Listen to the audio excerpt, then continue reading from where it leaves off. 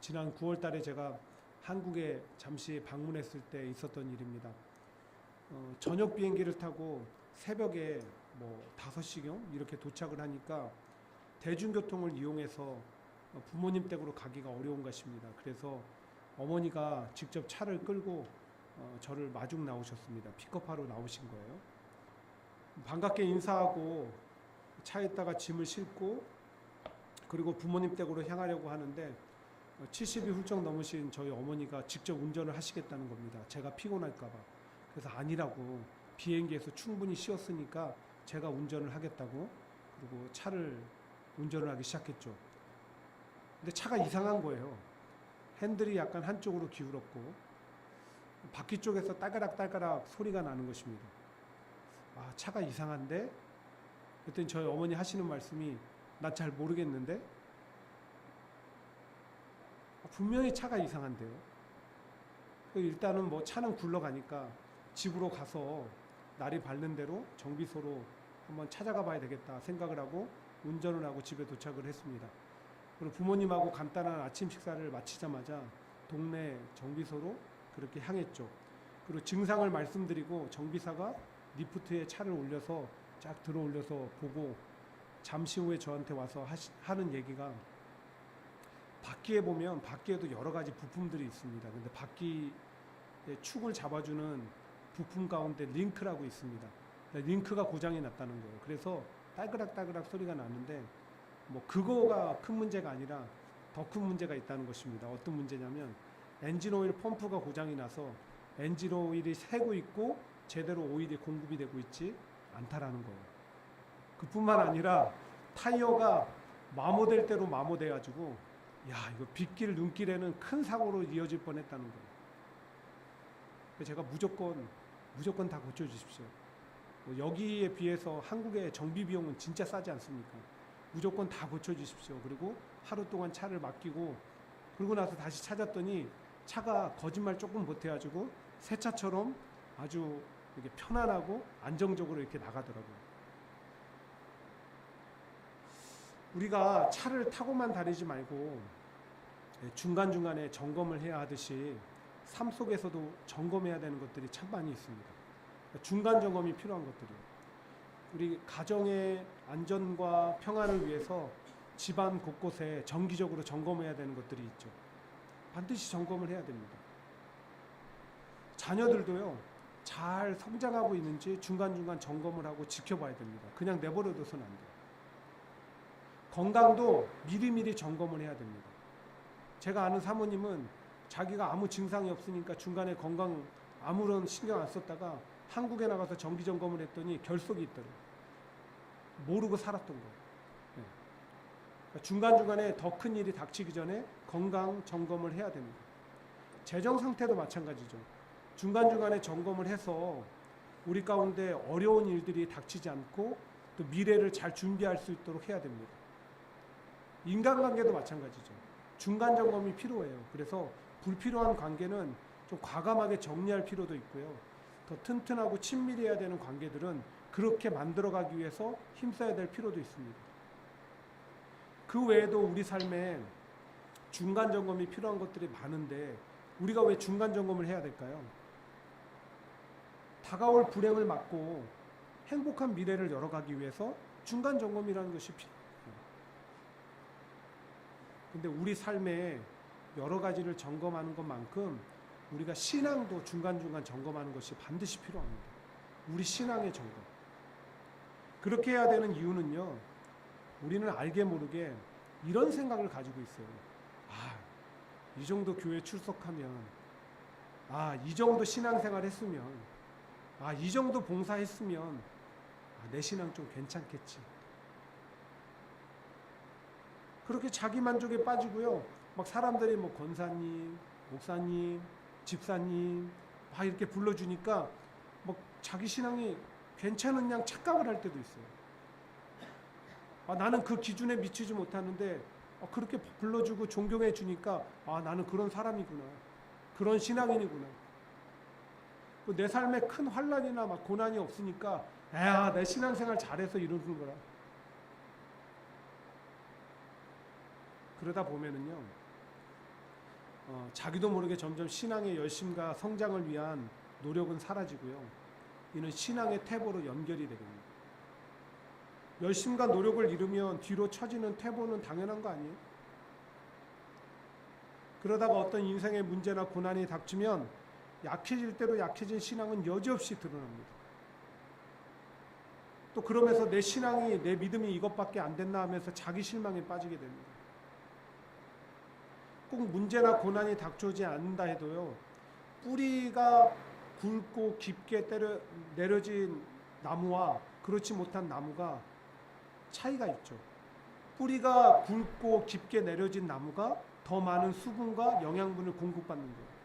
마찬가지로 힘 있는 신앙, 단단한 신앙, 성장하는 신앙, 마치 굵고 뿌리 깊은 나무와 같은 신앙, 그 신앙을 가진 신앙인들이 하나님으로부터 오는 모든 좋은 것들을 누리게 되는데, 그렇지 못하니까 정작 그러지 못합니다. 그래서 중간중간에 우리는 자기 신앙에 대해서 냉정하게 점검해 볼 필요가 있다는 것입니다. 점검을 통해서 내 안에 부족한 것들이 발견되면 그 부족한 것들을 다시 강함으로 채워나가기 위해서 열심히 노력을 해야 된다. 특별히 우리가 신앙을 점검하는 데 있어서 좋은 툴이 있습니다. 좋은 툴이 있는데 그게 무엇이냐면 하나님의 말씀이에요. 말씀을요, 보거나 들을 때 누구 들어라, 누구에게, 다른 사람 떠올릴 필요가 없습니다. 제일 먼저 자기 자신에게 적용을 하는 거예요. 자기 신앙을 점검하는 툴로 사용을 하는 것입니다. 그것도 아주 냉철하고 객관적으로 적용을 하셔야 돼요. 그런 점에서 오늘 저는 본문을 통해서 여러분들과 함께 현재 우리의 신앙을 좀 돌아보고 점검해보는 시간을 가져보려고 합니다. 바라기는 이 시간 성령 하나님께서 우리 가운데 함께 하시고 도우사 우리를 가장 객관적으로 점검하고 볼 수 있는 그런 은혜가 충만한 시간 되기를 간절히 축원드립니다. 마태, 그리고 마가, 누가, 요한복음을 가리켜서 사복음서 이렇게 얘기를 하죠. 그 가운데서 예수님의 탄생 기록이 나오는 성경은 어디일까요? 마태복음하고 누가복음입니다. 마태복음과 누가복음에 예수님의 탄생에 대한 기록이 기록되어 있어요. 근데 보면 그 내용이 같은 것도 있는데 좀 다른 것도 있습니다. 예를 들어서 마태복음에는요, 동방 박사들이 유난히 크고 빛나는 별을 보고 와서 경배했다. 그건 마태복음에만 있는 기록이에요. 그리고 오늘 본문인 하나님께서 천사 가브리엘을 보내서 마리아에게 예수님의 잉태 그 소식을 전하는 거, 이건 누가복음에만 있는 기록입니다. 그럼 왜 같은 탄생 기록이 이렇게 차이가 있을까? 왜 그럴 것 같아요? 각각 다른 목적을 가지고 쓰여졌기 때문에. 마태복음의 중심적인 그 기록 목적은 왕으로 오신 예수님을 밝히는 겁니다. 그래서 동방의 박사들이 와서 예수님께 경배했다라는 내용을 꼭 집어넣은 거예요. 누가복음의 기록 목적은 인간의 몸으로 오신, 그 연약한 인간의 몸으로 오셨던 예수님을 강조하는데 그 목적이 있어요. 그래서 마리아라는 천한 여인을 통해서 오신 예수님에 대한 그 기록을 기록하고 있는 거예요.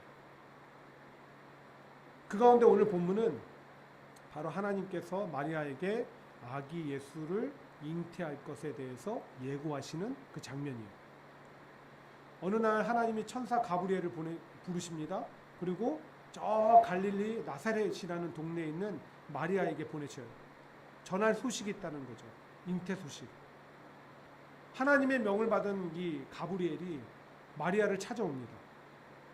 그리고 첫 인사로 28절에 뭐라고 합니까? 은혜를 받은 자여 평안할지어다.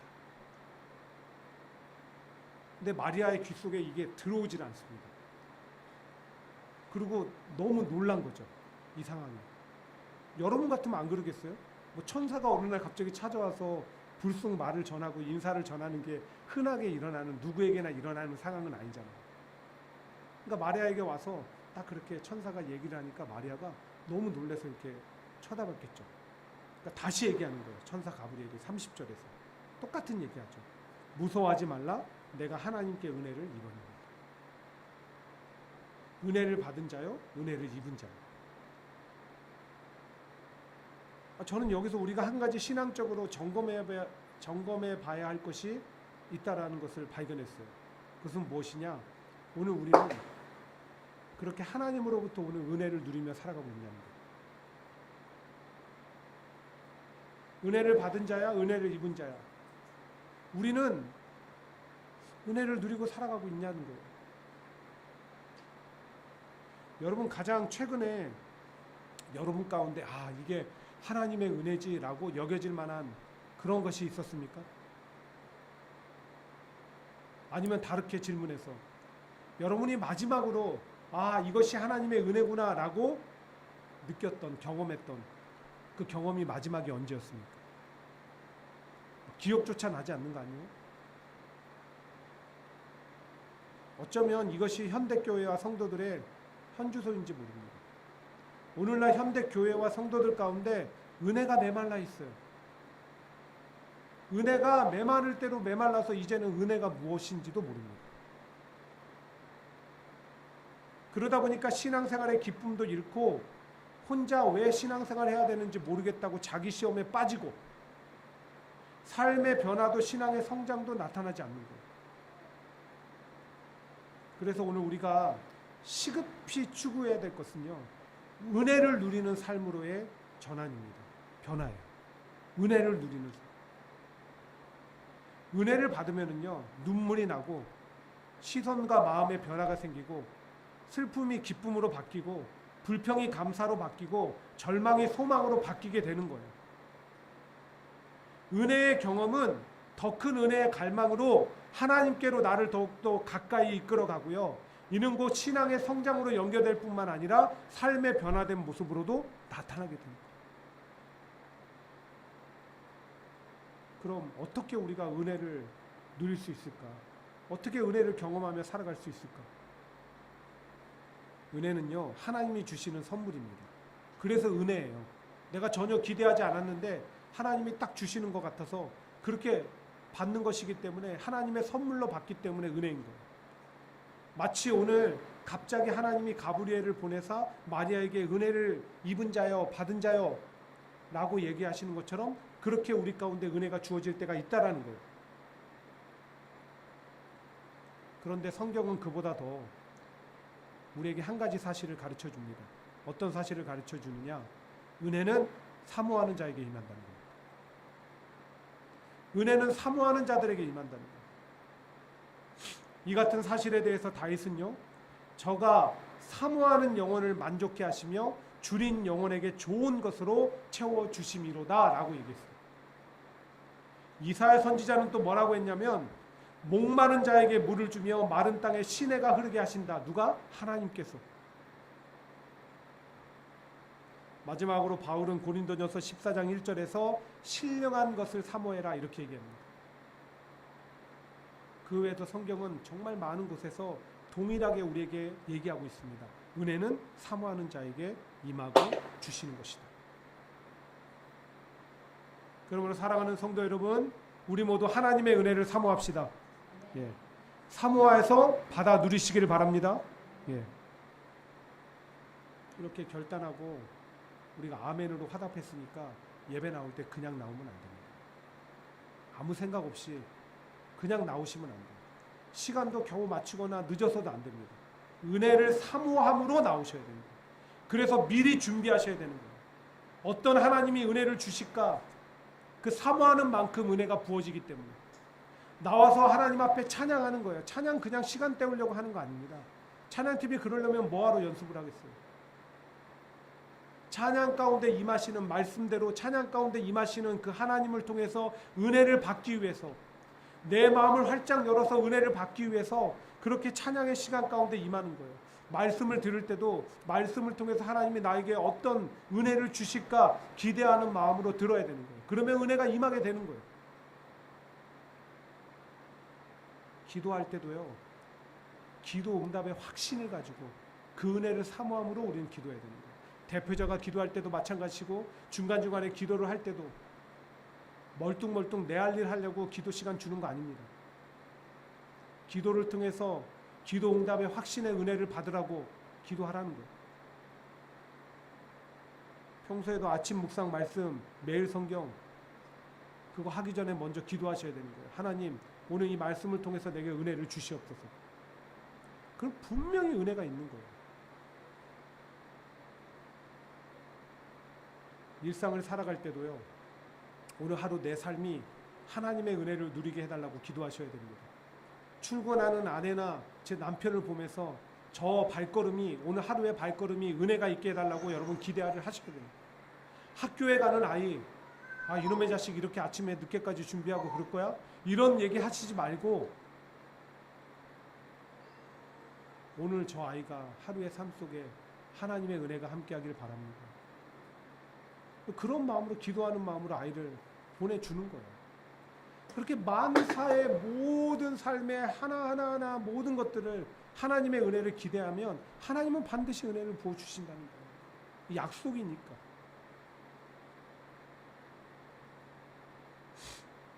제가 개인적으로 아는 후배 목사가 있습니다. 교인 10명도 안 되는 아주 작은 교회를 어렵게 목회하느냐고 생활 형편이 정말 어렵습니다. 제가 그 부부를 볼 때마다, 아이들을 볼 때마다 얼마나 마음이 아픈지 몰라요. 뭘 해도 막 해주고 싶어요. 그 모습 속에 어려운 생활 형편이 다 드러나거든요. 저는 걱정스러운 얘기로 이렇게 던지면은 늘 돌아오는 답은 하나님이 자기의 가정과 삶 속에 교회 가운데 어떤 은혜를 주셨는지 그 얘기를 합니다. 전 선배인데 아니 어떻게 살아 교회가, 걱정을 하면 자기가 받을 은혜를 얘기하죠. 이게 뭐지? 그래서 막 그 앞에서 부끄러움을 느낄 때가 한두 번이 아니에요. 여러분 그렇습니다. 무엇으로 인해서 혹은 무엇이 없어서 살고 못 산다라고 얘기하지만 정작 우리 삶은 은혜로 사는 거예요. 은혜가 있으면 조건에 상관없이 문제와 고난이 있어도 감사가 나오고 용기가 나고 불안하지 않고 우리 마음이 행복한 거예요. 기쁜 거예요. 특별히 하나님께서 나는 너를 애굽 땅에서 인도하여 낸 여호와 내 하나님이니 내 입을 크게 열라 내가 채우리라 라고 말씀하십니다. 맛있는 음식 먹을 때만 입을 크게 벌리는 게 아닙니다. 은혜를 사모하는 것만큼 내 마음의 문을 활짝 여는 거예요. 내 삶, 내 생각에 입을 활짝 여는 거예요. 그러면 전능하신 하나님께서 그 가운데 은혜를 부어주십니다. 크게 열면 열수록 채우신다고 말씀하시잖아요. 우리 더 크고 더 넓게 사모합시다. 뭘요? 하나님의 은혜를. 그래야 하나님의 은혜를 경험하고 누리는 삶과 가정이 되시기를 주의 이름으로 간절히 축원드립니다. 다시 본문으로 돌아가서 가브리엘이 마리아에게 2번이나 하나님의 은혜를 입었다라고 하자 마리아는 그 은혜가 무엇인가 궁금한 눈으로 쳐다봤을 거예요. 상상을 해보세요. 그렇잖아요. 신비한 경험 속에서 은혜를 입었다고 하니까 마리아가 정말 너무나 이거 어쩔 줄 모르는 그런 눈빛으로 가브리엘을 이렇게 쳐다보고 있었을 거예요. 무슨 은혜를 입었다는 것인가. 가브리엘이 뭐라고 합니까? 아이 예수님을 잉태하게 될 것이다. 아기 예수님을 잉태하게 될 것이다.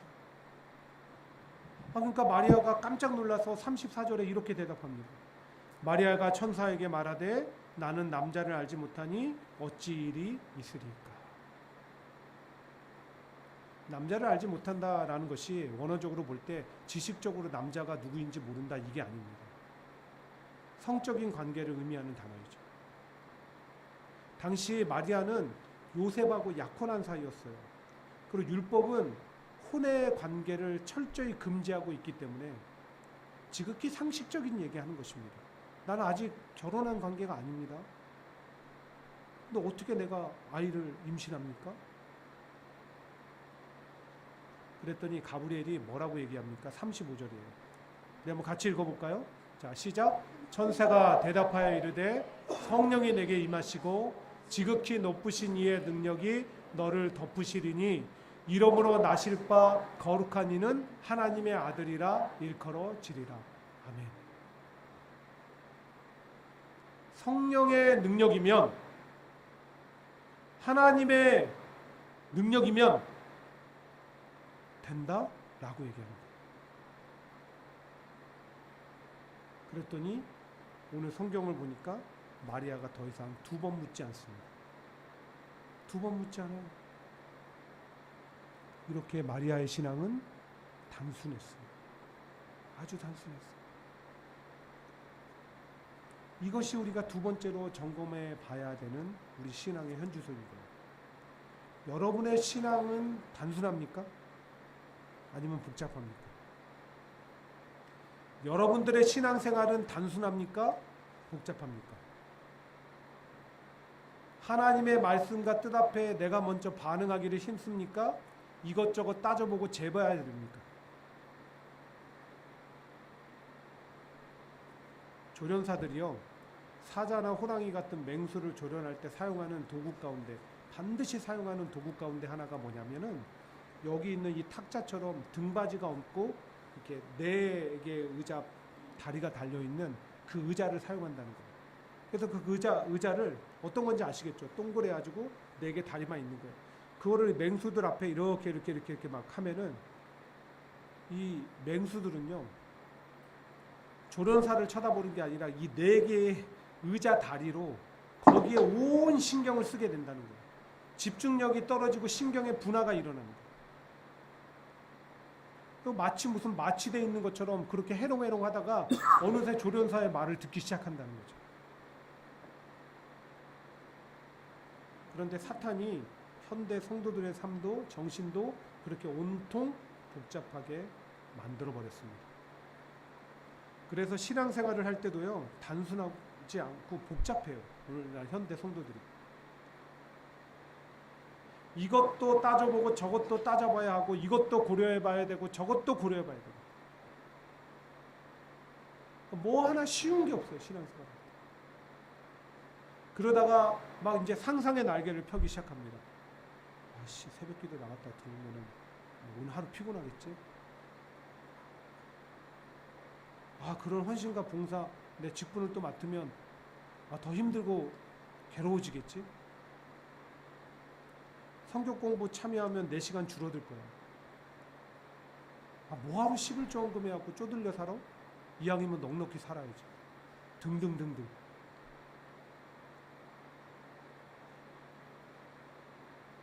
언젠가 뭐 방송 프로그램에 충청도 연예인들이 나와서 충청도 사람들이 이 약속을 정하는 특징을 얘기하더라고요.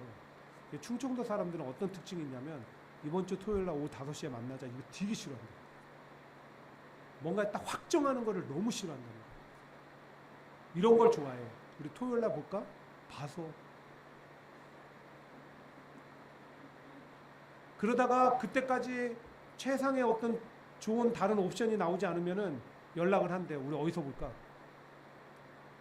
그러고 만난다는 거예요. 제가 그거 보면서 막 깔깔깔 웃었더니 제 아내가 하는 말이, 이게 왜 웃겨? 충청도 사람이거든요. 이거 당연한 거 아니야? 우리 늘 이렇게 살았는데?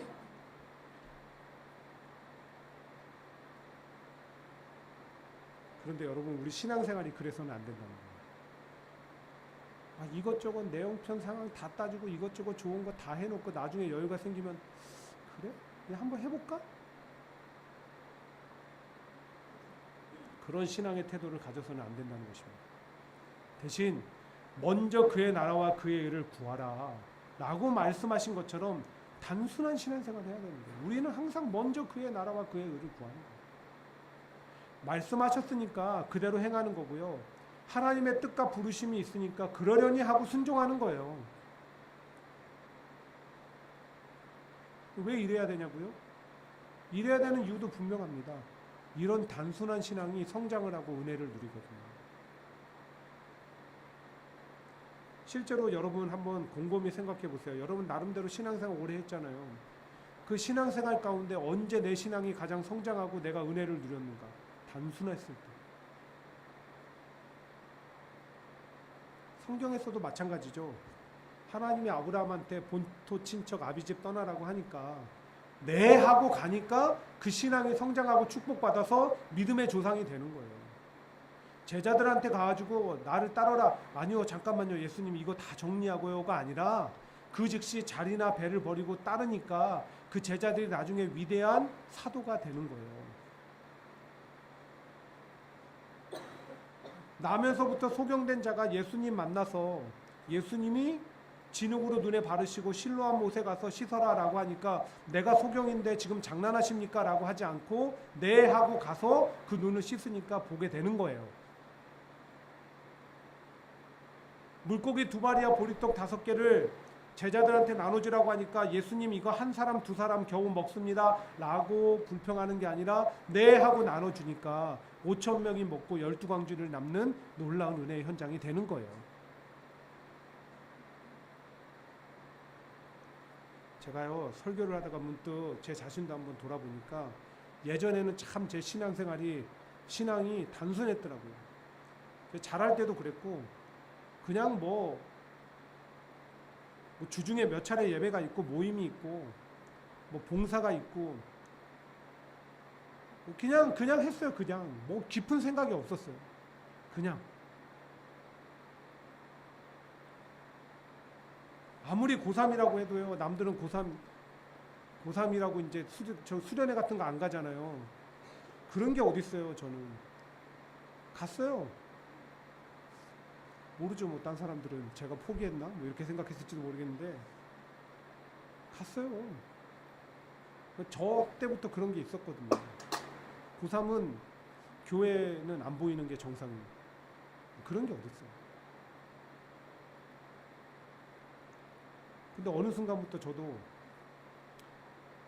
자꾸 이거 재는 거예요. 단순하지 못하는 거예요. 그런 생각이 들더라고요. 목회를 할 때도 자꾸 이것저것 따져야 되고 이 성도도 고려해봐야 되고 저 성도도 고려해봐야 되고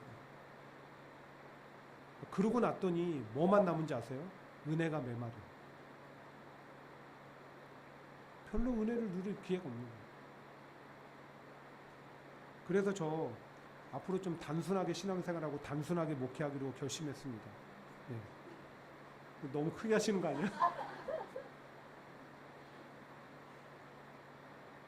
바라기는 여러분들도 단순하게 신앙생활 하시기 바랍니다. 네. 참된 신앙은 시대에 역행하는 것입니다. 무슨 말이냐면 시대가 아무리 편리성과 실용성을 따진다고 해도 신앙은 그 흐름으로 가는 게 아니에요. 편리하고 실용적으로 가는 게 아니고요. 내가 가야 되는 길, 주님이 가라고 하시는 그 길을 역행하며 가는 거예요. 그래서 여러분 따지지 맙시다. 예. 이것저것 너무 재지 맙시다. 그저 하나님이 말씀하셨기에 원하시기에 그것이 하나님의 뜻과 계획이라면 먼저 반응하고 순종합시다. 예. 그래야 신앙이 날마다 자라나고 은혜를 누리시기를 간절히 주의 이름으로 축복합니다. 예. 다시 우리가 본문으로 돌아가 보시면 아직 결혼도 전인데 어떻게 잉태하냐고 묻는 마리아에게 성령의 능력이면 하나님의 능력이라면 가능하다라고 천사가 대답하자 마리아는 그것을 수용하는 단순함이 있었죠. 근데 마리아에게는 단순함만 있었던 게 아니더라고요. 또 이렇게 말을 하는데 38절이에요. 이것도 한번 같이 읽어보겠습니다. 시작. 마리아가 이르되 주의 여종이오니 말씀대로 내게 이루어지이다 하매 천사가 떠나가니라. 곧 마리아는요 하나님의 말씀을 그대로 받아들이고 수용하는 단순함을 넘어서 그 말씀이 온전히 이루어지도록 다른 말로 하면 하나님의 뜻하심이 온전히 실현되도록 자기를 내어드리는 적극성이 있었답니다. 그런 점에서 참된 신앙은 내가 원하는 자리에 있는 게 아닙니다. 내가 있고 싶은 곳에 있는 것이 아니고 내가 원하는 것, 하고 싶은 것, 보기 쉬운 것, 할 수 있는 것에 순종하는 게 아니에요. 바로 하나님이 부르시는 그 자리, 하나님이 원하시는 그 일, 그것을 적극적으로 수용해서 순종하는 것이 그게 신앙입니다. 오늘 여러분들의 신앙의 모습은 어떻습니까? 부르신 자리에서 부르심을 따라 온전히 순종하며 내 자신을 내어드리고 있습니까? 성도들이 많이 부르는 찬양 가운데 이런 찬송가가 있죠. 부름받아 나선 이 몸. 부름받아 나선 이 몸 어디든지 가오리다. 괴로우나 즐거우나 주만 따라 가오리니. 이런 찬양이 있어요. 부를 때마다 가슴 뛰고, 특히나 처음 직분을 받았을 때, 사명을 맡았을 때 눈물까지 흘리며 불렀던 그런 기억이 있습니다. 근데 정작 주님이 부르신 자리, 가라고 하신 자리, 주님만 가 계신 것 아닙니까? 처음에는 같이 갔다가 주님 놓고 나 혼자 내려온 거 아닙니까? 그리고 혹여 부르실까봐 주님 눈 피해 다니시는 거 아니에요?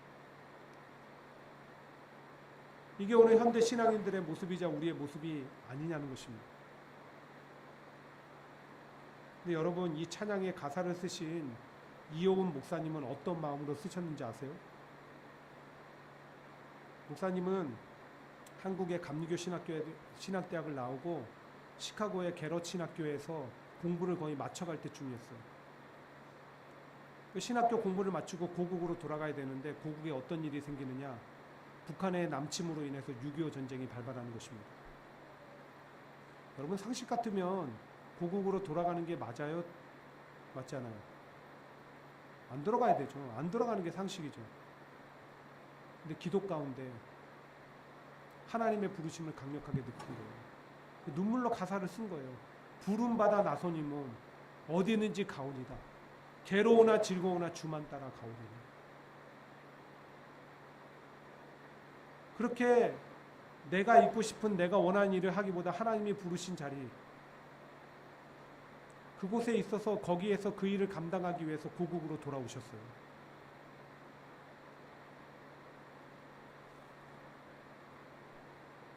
제가 신학교 첫 강의를 시작한 게 코로나가 막 터지기 직전이 2019년도입니다. 벌써 저는 6학기째 강의를 하고 있는 것이죠. 신학교 강의하는 게 쉽지 않습니다. 여러분들이 생각할 때는 가서 성경 공부하듯이 한다고 생각할 수도 있겠지만, 신학은 성경이나 하나님에 대해서 학문적으로 배우는 겁니다. 그래서 저 일주일에 틈틈이 강의 준비합니다. 방학 때도 다음에 가르쳐야 되는 것 강의 준비합니다. 왜냐하면 가르치다 보면 제 전공이 아닌 분야를 가르쳐야 될 때도 있어요. 여기에 사용되는 시간과 에너지가 엄청난데 강의가 대부분 월요일날 저녁에 있습니다. 주일날 하루 종일 사역 마치고, 어떤 때는 월요일날 오전에 성경 공부 마치고 나면 저녁에 그렇게 가기 싫을 때가 있어요. 다음날 새벽 예배가 있는데 어떤 때는 3시간씩 강의하고 집에 와서 저녁 11시가 넘어서 잠자리에 들 때도 있습니다. 그러면 제 마음에 자꾸 떠오르는 생각이 있어요. 이제 그만하자. 제가 뭐 대단한 걸 받는 건 아니거든요. 근데 그렇게 생각하며 왔는데 지금까지 왔습니다. 그만 안 두고. 왜냐하면 신앙은 내가 원하는 것, 할 수 있는 것, 하고자 하는 것, 할 만한 것 하는 게 아니라 부르시고 맡기신 자리에 있어야 된다는 것을 알기 때문에. 그래서 하는 거예요. 그때 하나님의 뜻이 이루어지고 신앙의 성장과 축복이 있는 거예요. 그는 그렇게 감당해 본 사람만이 누리는 거예요. 그래서 제자가 전도사가 되고 강도사가 되고 목사가 되면 얼마나 기쁜지 아십니까? 그냥 학생들이 강의 너무 잘 들었습니다. 너무 많이 배웠습니다. 어디서 이런 강의를 듣습니까? 다음 강의가 기대됩니다. 막 질문 세례가 쏟아지고 그러면은 당황도 하지만 너무 마음이 기뻐요. 집에 막 와서 할 얘기가 많죠. 제가 부르심 받은 자리에 있지 않았고 맡기신 일을 감당하지 않았으면 누릴 수 없는 은혜고 기쁨이고 축복인 거죠. 네. 기독교 변증가이자 강연가로 유명한 오스 기니스 라는 분은 소명이란 책에서 이런 얘기를 했습니다. 부르심은 삶을 내어 드리는 것으로 완성된다. 사랑하는 성도 여러분, 부르심은 받은 자리나 일을 맡은 여러분 가운데 부르심 받은 자리나 일이 있는데 아직까지 삶을 내어드리지 못하고 있는 것 아닙니까? 만약 그렇다면 오늘 마리아처럼 삶을 내어드리시기 바랍니다. 예. 걱정하지 마세요. 하나님이 다 책임지시는 거예요. 그래야 하나님의 부르심이 완성될 때 그 순간 그 자리에서 주시는 놀라운 기쁨과 축복을 누리며 은혜로 사는 모두가 되기를 간절히 축원드립니다. 말씀을 정리하면서 사실 이 갈릴리의 나사렛이라는 지명은요, 예수님이 탄생하기 전까지는 구약 성경에서 한 번도 언급되지 않았던 지명입니다. 그렇게 사람들이 거들떠 보지도 않는 가장 비천한 동네고 무명의 도시였어요. 그래서 나다나엘이 처음에 예수님을 소개받았을 때 뭐라고 얘기합니까? 나사렛에서 무슨 선한 것이 나겠느냐. 그런데 그런 나사렛의 무명의 여인 마리아가 예수님의 육신의 어머니가 되는 놀라운 축복을 누리게 됩니다. 그런 마리아에게는 이런 신앙적인 특징이 있었기 때문에 은혜에 대한 기대와 사모함이 있었고 단순한 신앙생활을 했고 삶을 내어드리는 적극성이 있었기 때문에 오늘 말씀은 신앙 점검이라는 목표 가운데 시작되었습니다. 그래서 방금 전에 언급되었던 마리아가 지닌 그 신앙의 특징을 통해서 내 신앙을 점검해 보시고 앞으로 부족한 것들을 더욱 노력하여 바꿔감으로 아니 그 부족함을 삶의 목표로 세워 일어나감으로 우리도 미약하고 보잘것없는 내 자신을 통해서 일하시는 하나님을 경험할 수 있게 되길 바랍니다. 내가 선 자리에서 하나님의 은혜로 충만해지고 점점 신앙이 뿌리 깊은 나무와 같이 되어서 하나님으로부터 오는 모든 좋은 것을 누리고 참된 그리스도인이 되는 그런 축복이 있기를 바랍니다. 그리고 가장 무엇보다 약속대로 이 땅에 오신 예수님, 약속대로 다시 오실 그 예수님이 언젠가 나를 평가하실 때 착하고 충성된 종아라고 칭찬받을 수 있는 저와 여러분 되시기를 주의 이름으로 간절히 축원드립니다. 오늘 말씀 생각하며 이렇게 찬양합니다.